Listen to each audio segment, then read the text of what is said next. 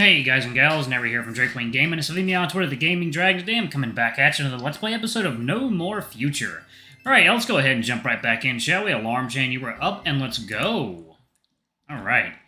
The Drake elegantly steps out of the elevator and into the lobby while you remain inside with Mary. You're not sure why he chose to come all the way here, honestly. You thought he'd stop on his office's floor, wherever that may be, or perhaps someplace else they needed to visit. The reason why reveals itself as he turns around and gives you an inquisitive, impatient look, which almost makes you jump from the sheer surprise. Well, what are you waiting for? Do you plan on staying in that elevator for the rest of eternity or something? I'm sorry? You heard me. I already have a reservation for lunch at a new bistro downtown, and asking them to make space for a +1 will already be embarrassing enough. The least you could do is not have us arrive late as well. You need a moment or two to understand just what in the world the Drake's asking of you, before you manage to make a connection with something Mr. Morgan said right before dismissing you. Is Jasper really inviting you out for lunch? Well, inviting may be a tad too generous a term given the way you phrased it. Nonetheless, you certainly didn't expect him to force you to go along with their request so quickly after they made it. Hold on just a moment, I never agreed to this. I already had plans to go out with Mary and Natalie at... I couldn't care less about your prior arrangements. The owners asked me to help evaluate you or whatever, and that's what I plan on doing. Over lunch, of all things? Indeed. I certainly don't plan on skipping it for your sake, if that's what you were hoping. No, I'm just asking why we have to do it now of all times. The Drake sighs as he crosses his arms, looking rather annoyed with your apparent ignorance. He stares at you as though you were a calculator that couldn't put two and two together. The sooner I get this nonsense the owners have asked of me out of the way, the sooner I can return to doing productive things for the sake of my company. I won't be able to concentrate on my work if this idiotic request of theirs is allowed to remain unfulfilled. I'd rather take care of this right away, before the thought of spending time with you begins to haunt my every waking moment. Well, that's a rather roundabout way of saying he wants to get it out of the way immediately. A rather rude one as well. And what about that, thing hiding in my tail? Don't you want to Mary remove it before we go? Oh, please, I'm sure you can go 20 feet without electrifying someone to death, can't you?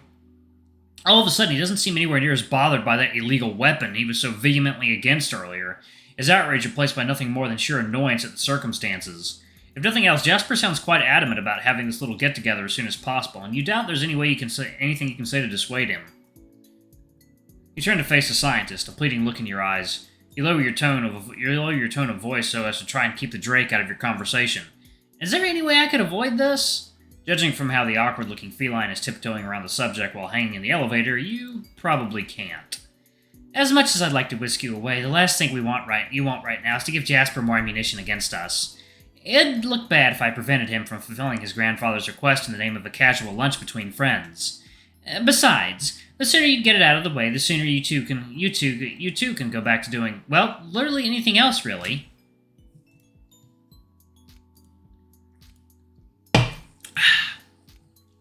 I was afraid you'd say that. Yep, can't say I envy you in the slightest. I wouldn't wish this fate on my worst enemies. And then again, it'd be kind of hard to have Jasper go on a date with himself. You give Mary the side-eye, she cackles at her own joke, which her superior luckily doesn't seem to hear. Finally, after whispering along all this time, her tone of voice returns to normal and she prepares to send you off. Okay, but for real, don't worry about me and Nats, alright? We can go out for dinner another time. You just grit your teeth and try to bear with it for an hour or so, okay? I'm sure you can survive a few hours with that grumpy old man. You can physically hear Jasper's eyes roll to the ceiling as he hears your friend's words of encouragement. He's merely joining me for a meal, Dr. Shelley. It's not really the cavalry either of you believes it to be. He's probably right. As much as you can't stand the guy, in the end, he's just inviting you out for lunch. You'll probably be fine, all things considered. Hanging out with an unpleasant person won't kill you, if the countless evenings you've spent with George's parents are anything to go by. Well, alright then. I guess I can't say no to an invitation from the CEO of Pandora anyway. I'm glad you could reach that conclusion in a somewhat acceptable time frame. Now get moving, we've already lost enough time as it is, so this better be worth it. The dragon turns tail and begins heading out the exit, followed closely by the eyes of all employees and visitors alike in the lobby. After one final goodbye to your feline companion, you hastily follow him along, wondering if an afternoon out with Jasper might just be enough to refresh you from the horrors you had to endure in that meeting room earlier. Probably not, you reckon? Probably not. You exit the building amidst the curious gazes and hushed murmurs of all the people in the lobby, which quickly die down as the doors close behind you. As you leave, you're immediately greeted by the blinding light of the sun and the whistling of the gentle wind. The quiet outside is pleasant, relaxing, a far cry from the stressful and even frightening silence that enveloped the elevator in the meeting room earlier. You've half a mind to spend all day out here, slowly restoring your sanity while lulled by your awe-inspiring surroundings, perhaps laying on a bench amidst one of the many green aisles surrounding Pandora HQ. But it doesn't take long for you to remember what brought you out here in the first place. Jasper awaits you before a long, deep green limousine, an annoyed look in his eyes as he stares you down from afar. The hovering car he's half-stepping inside of looks like a mixture between a sports model and a period one. You've never been inside a car like this before, though you can tell that it's easily worth a few limbs of your android body and then some. If you needed any more reasons to be wary of your little outing with Pandora's CEO, this could very well be on the top of the list. Yet you're afraid that no number of excuses could save you from what's to come. Might as well accept everything with a smile at this point. Took your sweet time getting here. Sorry about that. I guess it's easy to lose track of time when you have so much of it at your disposal. How convenient. The dragon steps into the vehicle with surprising speed and finesse, despite its rather large frame, and scoots towards the seat furthest away from the entrance. Get inside already. We don't have all day.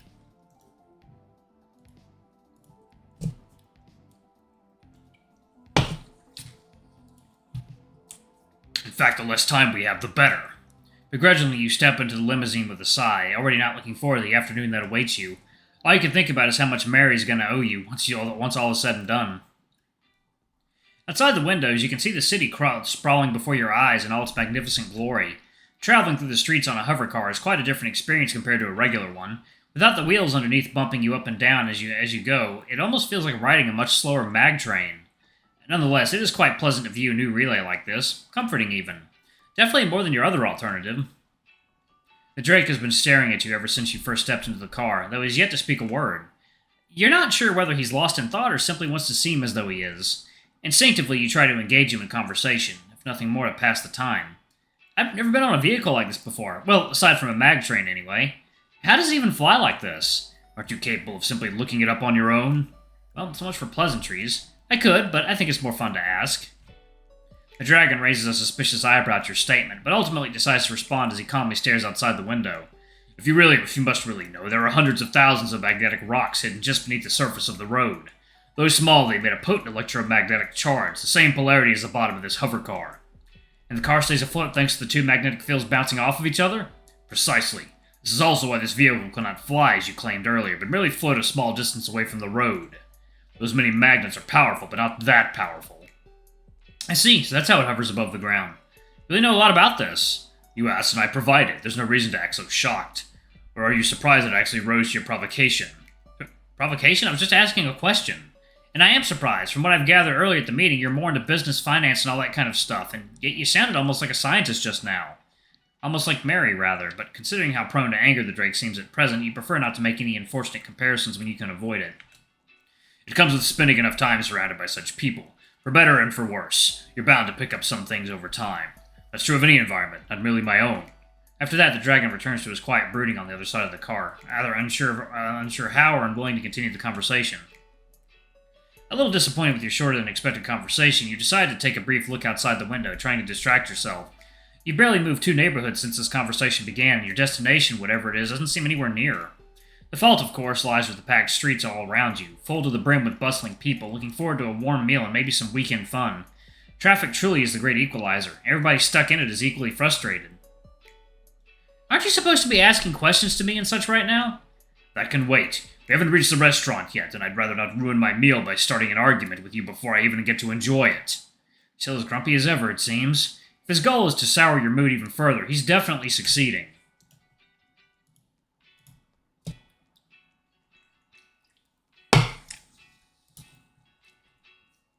But if he's going to be difficult about this whole thing, you might as well join him.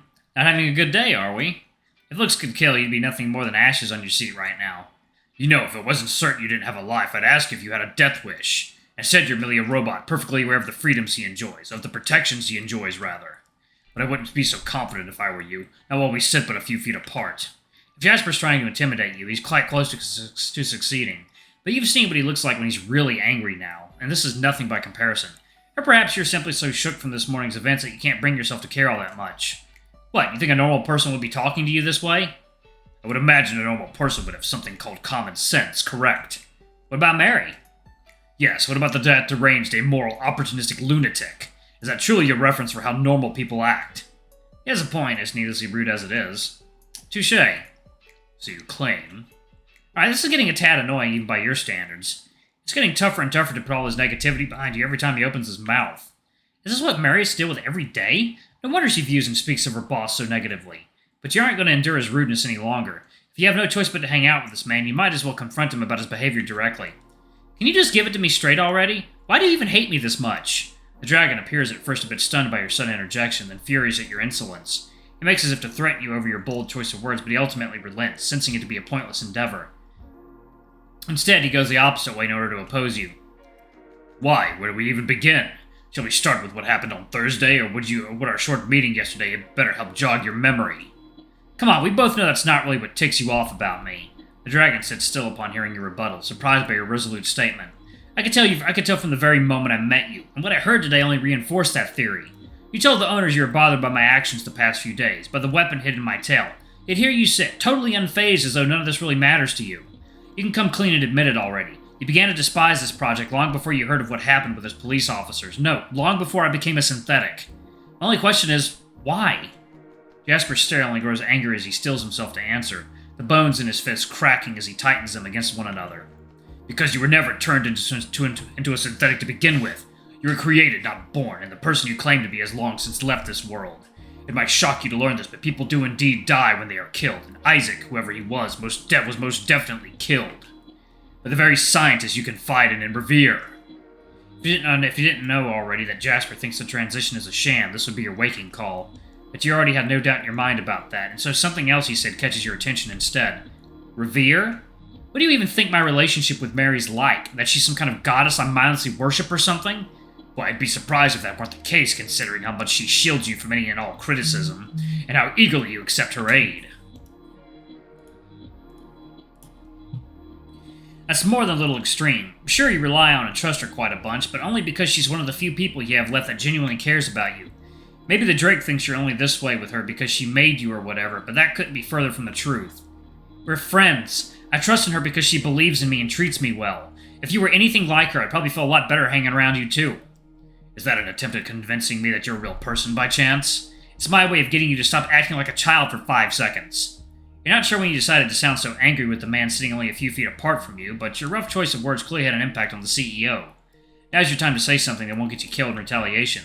Like it or not, we're going to be spending the next hour or so together. From what I've gathered, the owners expect you to keep an open mind about it. I know you think I'm nothing more than a mindless robot, but you could at least pretend as though I was a real person while we go about this. If nothing else, to avoid any embarrassing scenes once we're out in the car. As angry as Jasper seems at being talked to in such a condescending way, the Drake can see your point as clear as day. Though it visibly pains him to do so, his stiffness finally dissipates upon recognizing the value of your words. Fine. I'll pretend as though you're my equal for as long as it's required, if that is what it takes. But another snarky comment from you, I'll return you to your maker in pieces. A little scarier than last time, you have to admit, but at least you finally secured his cooperation. More than fine with me. I suppose this warrants an apology for my behavior earlier. It was a little childish, all things considered. Not entirely undeservedly, but the dragon doesn't need to hear that. At the very least, you appear capable of learning from your mistakes. Nothing else, you're better than a B grade in this regard, but then again, so was the A grade from what I've heard. The umpteenth reference to Kronos would have made you roll your eyes if you hadn't grown accustomed to it by now. Instead, you decided to try and look past it and use it as a means of continuing the discussion instead. Alright, I'm going to go ahead and pause it right there. Thank you all so much for watching. Don't forget to like, comment, subscribe, ring that notification bell, and check out our Patreon if you can. It always helps. Alright, I'm going to go head out. I love you all, and I'll see you all in the next video. Bye-bye!